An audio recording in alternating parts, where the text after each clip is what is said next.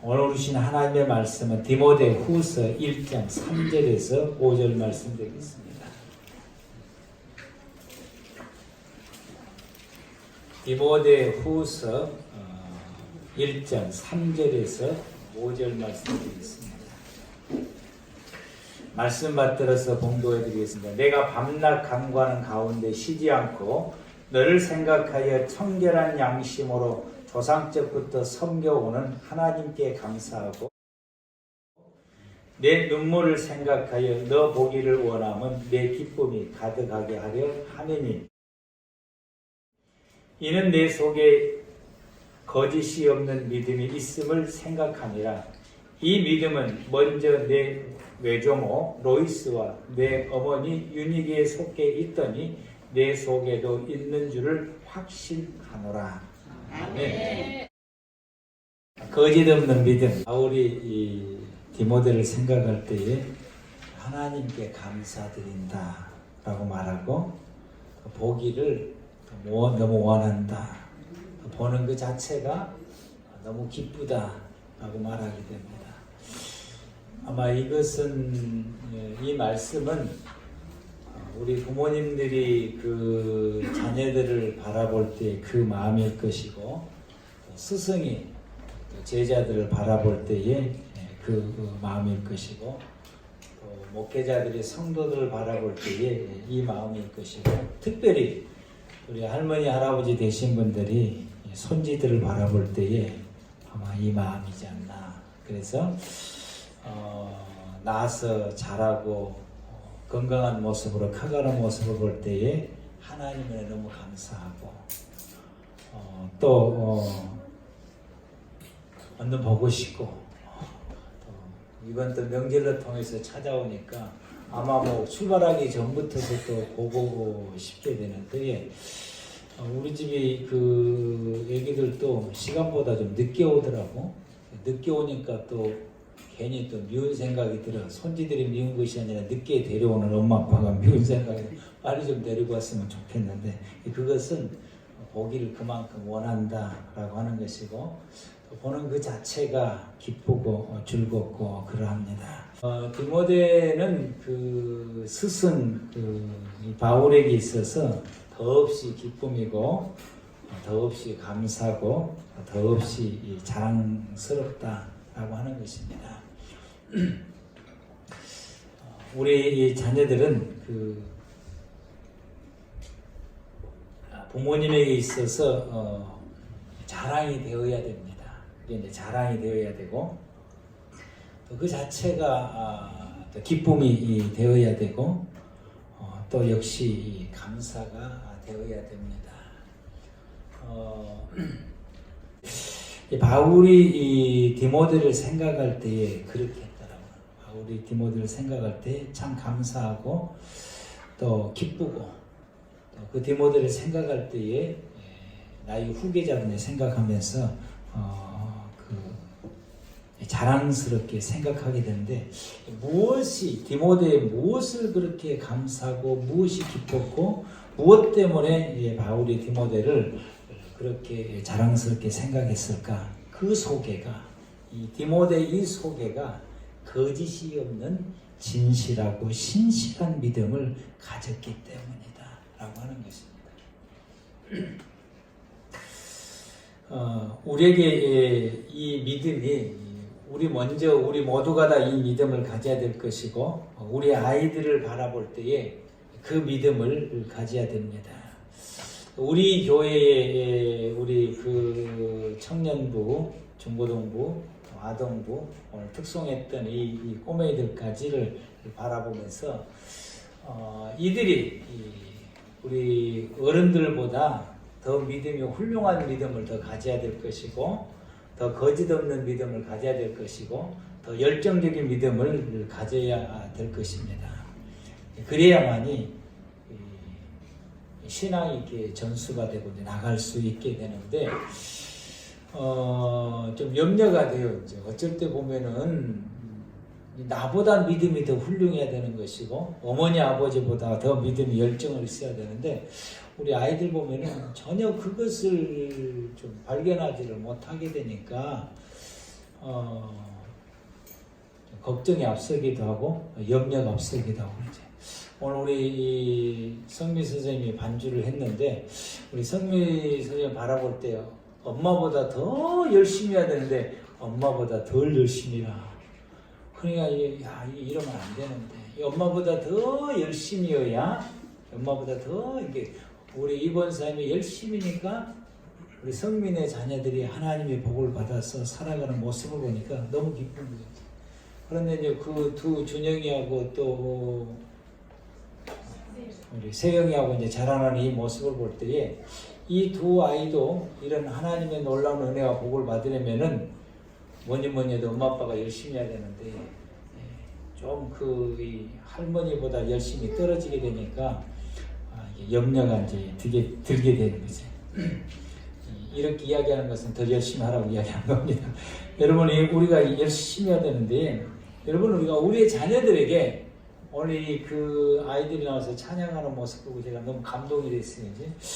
이 아이들이 우리들보다 더 믿음이 훌륭해야 된다라고 하는 생각을 가지게 되고, 그 생각을 가지면서 나에게 이제 그 책임감이 무겁게 이렇게 다가오게 되고, 또 오늘 또 말씀을 전하면서 그 책임감이 제게 무겁게 다가오게 되니까 감동도 되면서 떨리기도 하고 이제 그러하더라고요. 여러분, 우리가 우리의 자녀들에게 이 거짓 없는 신앙을 전수시키지 못하게 되면은 이 아이들은 어떻게 될까라고 하는 거죠.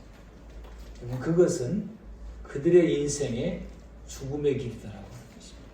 우리가 우리 아이들에게 신앙을 전수시키지 못하고 거짓 없는 진실한 신앙을 그들에게 전수시키지를 못하게 되면은 오늘 우리 아이들에게 어떤 인생을 안겨주냐? 죽음의 길이라고 하는 것입니다. 그들로 하여금 너희들은 타락하면서 살아가라고 하는 타락의 삶을 살게 할 수밖에 없고 하나님 없이 살아가는 인생이 되게 하고 또 하나님이 그들을 돌봐주시고 보살펴 주시고 인도해 주시고 채워 주시고 공급해 주시는 은혜가 있어야 되는데 이게 없게 만드는 것이고 결국에는 그렇게 살다가 그 아이들이 죽으면은 지옥을 가게 만든다라고 하는 거죠. 신앙이 전수되지 않으면은 이렇게 된다라고 하는 것입니다. 그러므로 우리가 우리의 자녀들에게 이러한 신앙을 전수를 시키고 그 신앙을 유산으로 남겨주게 되고 또 나보다 더 훌륭한 믿음을 가질 수 있도록 훈련을 시키고 교육을 시키고 그렇게 해서 그런 신앙을 갖게 되면은 생명을 얻게 하는 것입니다. 이 생명을 얻고 살게 되고 의롭게 살게 되고 하나님과 함께 살아가는 은혜를 입습니다. 그래서 하나님께서 그들을 돌봐주시고 지켜주시고 또 보호해주시고 또 그들의 가는 모든 인생의 걸음을 하나님께서 인도해 주시고 함께 동행해 주시는 은혜 속에서 살게 되는 것입니다. 아멘. 그렇게 살아가다가 그의 육신의 생명이 끝나면은 영원한 천국에서 영생을 누릴 수 있게 하시는 것입니다. 그래서 하나님께서 신명기 6장 4절에서 9절 말씀에 하나님께서 이스라엘 백성들을 향해서 그리고 그 자녀들을 향해서 교육을 시킬 것을 말씀하십니다. 이스라엘아 들으라. 우리 하나님 여호와는 오직 유일한 여호와이시니 너는 마음을 다하고 뜻을 다하고 힘을 다하여 내 하나님 여호와를 사랑하라.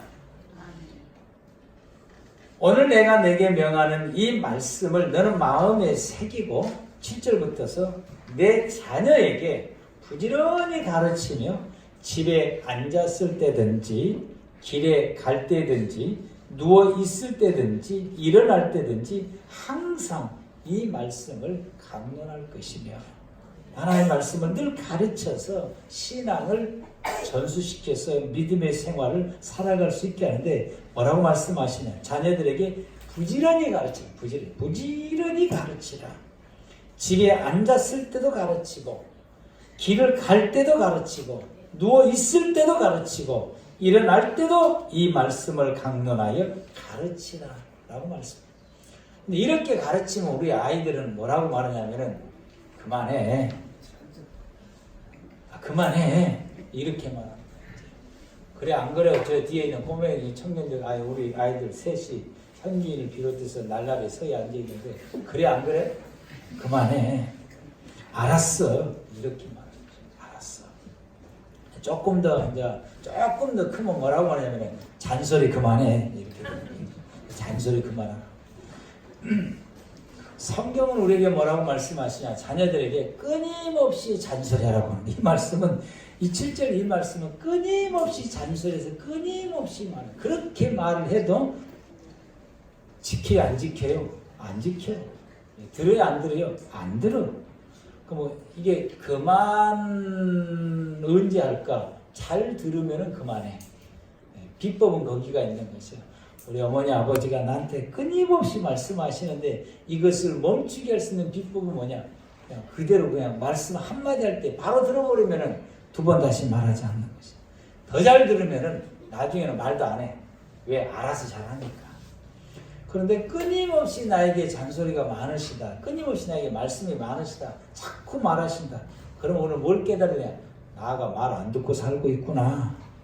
내가 잘못하고 있구나. 이걸 깨달아야 돼요. 말을 많이 하시는, 끊임없이 말씀하시는 어머니 아버지를 향해서 탓할 것이 아니라 내가 지금 안 듣고 있구나라고 하는 것을 깨달아야 돼요. 아멘? 아멘. 그래서 또 그것만은 또 부족해가지고 8절에 말씀하시기를 너는 또 그것을 내 손목에 메고 기호를 삼고 손목에 메서 기호를 삼고 내 미간에 붙이고 그래서 여기다가 이제 신명기 6장 4절에서 5절 이 말씀을 기록해서 대문에다가도 문설주에다가 붙여놔요. 그 말씀을 또 담아가지고 이 팔에다가도 끈에 달아서 묶어요. 이마에도 묶고 그리고 집 문설주에다가 이걸 또 달아요. 또 내 집 문설주와 바깥문에 기록할지니 거기다 붙여놓고서 집을 나가면서 만지면서 그 말씀을 앙송하고 내가 이 말씀대로 살아야지. 집에서 들어오면서도 그걸 만지면서 내가 이 말씀대로 살아야지. 이렇게 하게 되는 것입니다.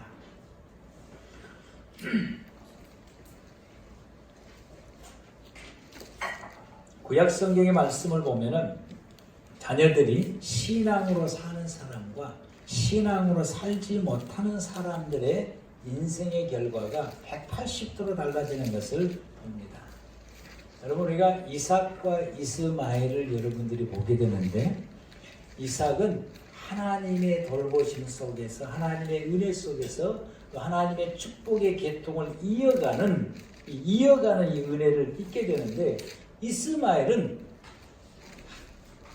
하나님의 은혜 속에서 벗어나게 됩니다. 그래서 하나님의 돌보심도 벗어나고 하나님이 그와 함께 하셔서 이끌으신 것도 벗어나게 되고 예수 그리스도의 족보의 계열에서 벗어나게 됩니다.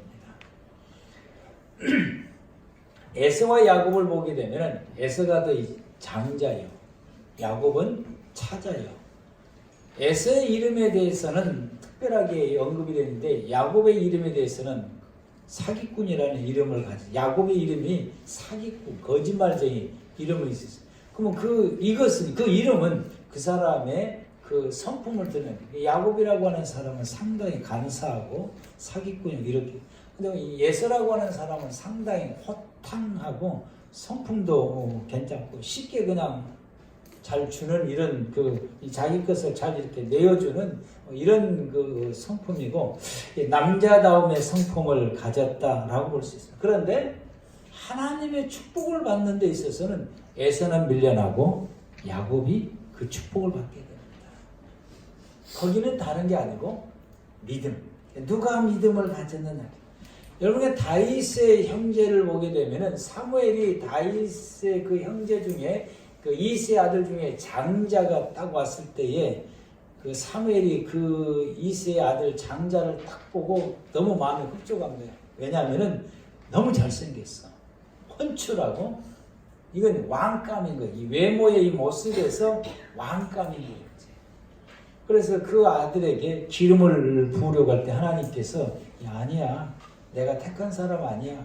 그래서 7 아이인데 6명이 지나갈 때까지도 다 아이들이 훌륭하고 다 이 모습이 다 괜찮은데 하나님께서 말씀하시기를 아니야 하고 다 넘어가게 되고, 그래서 사무엘이 이삭에게 말하기를 자식이 다 이것뿐입니까? 모질이 막둥이가 하나 있는데 어디 갔는데 그 양치고 있어요. 이 다른 아이들은 이 이새가 사무엘이 자녀들을 모아서 그에게 축복기도를 해주겠다고 했을 때 6명은 모았는데 7번째는 안 모은 거예요. 이건 이 안 모으게 되는 것은 자기가 생각할 때도 그만한 자격이 못 된다고 생각을 하고, 또 자기가 볼 때도 모질이라고 생각하고, 이새가 자기가 볼 때도 이건 그렇지 않다라고 생각했기 때문에 그 자리에 이게 없는 아이로 취급을 하게 된 것이다. 그런데 사무엘이 빨리 데리고 와라.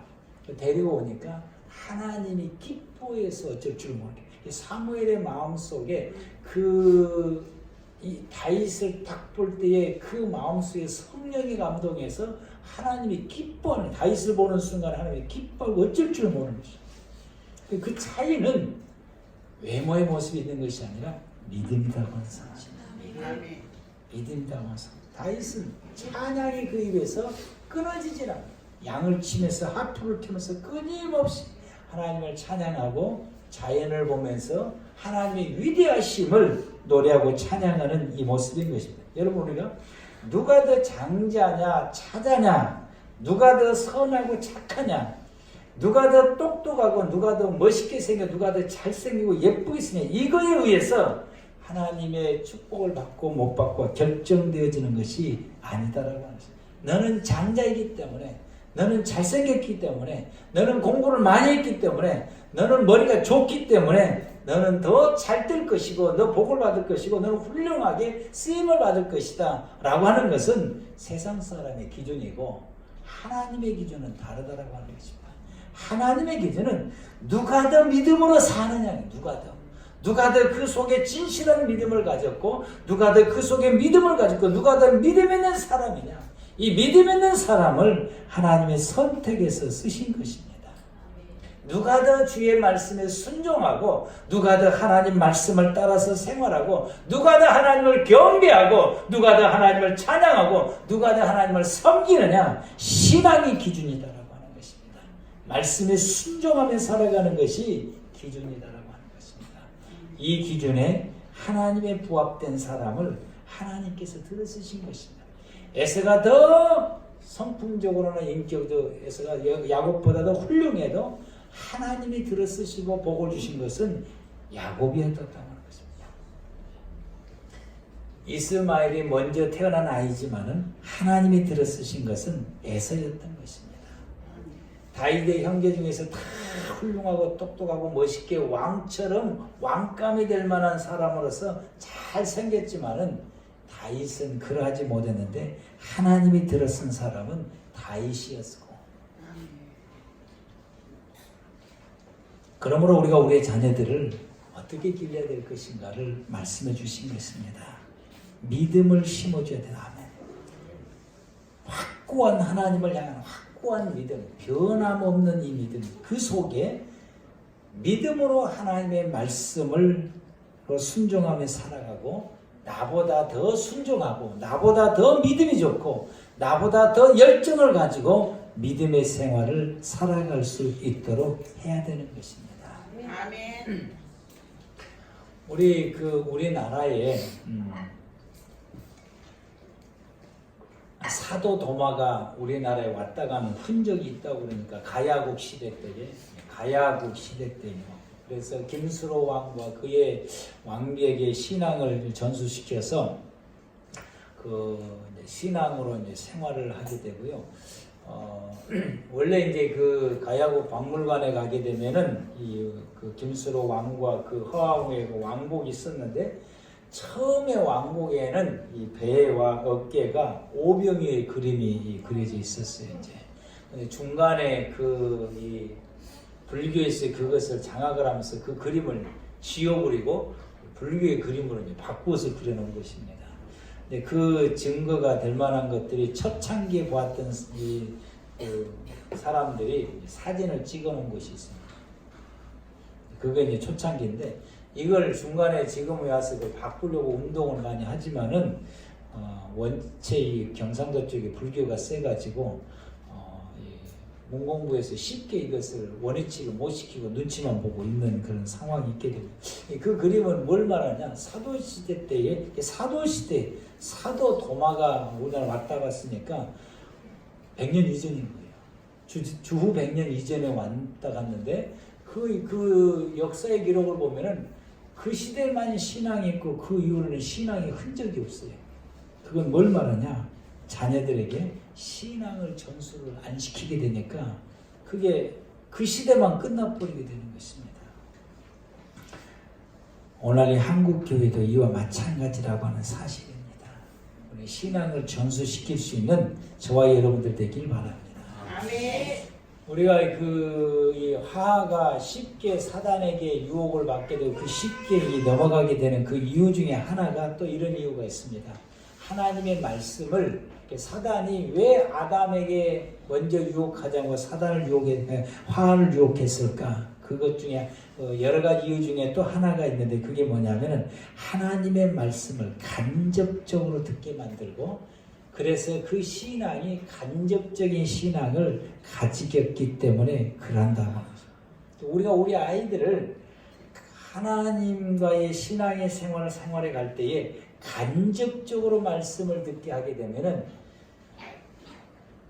이 사단의 밥이 될 수밖에 없다는 사실이에요.